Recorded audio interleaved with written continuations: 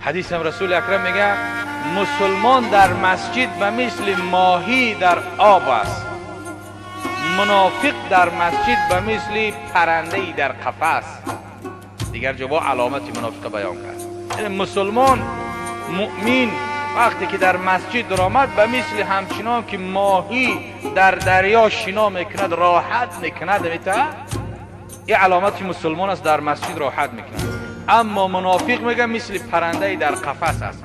منافق در مسجد که درآمد همه به طاقت هست که چخیل پرنده وحشی را در قفس میگیره، تپاتپ میکنه، قناتاش میریزه و با کجا نمیدونه بگریزه. همون منافقان در مسجد میته همه تپاتپ میکنه که همه سراسیمه تیز بکنه و بگریزه برن. از پس نماز خواندن با پیش صف نماز گذشته رفتن میگیرد. اینا چند بار هم گفتیم بیان کنیم، مصطفیدا هم گفته بودن بیان کنیم. وقتی که یک نفر نماز خوان با پیش نماز خوان گذشتن منع است.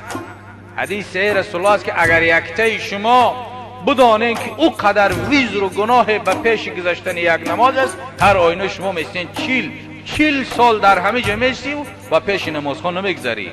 یک قدر گناه عظیم است. او سراسیمه ببینی گذشت رفت یا پروا باکی نداره.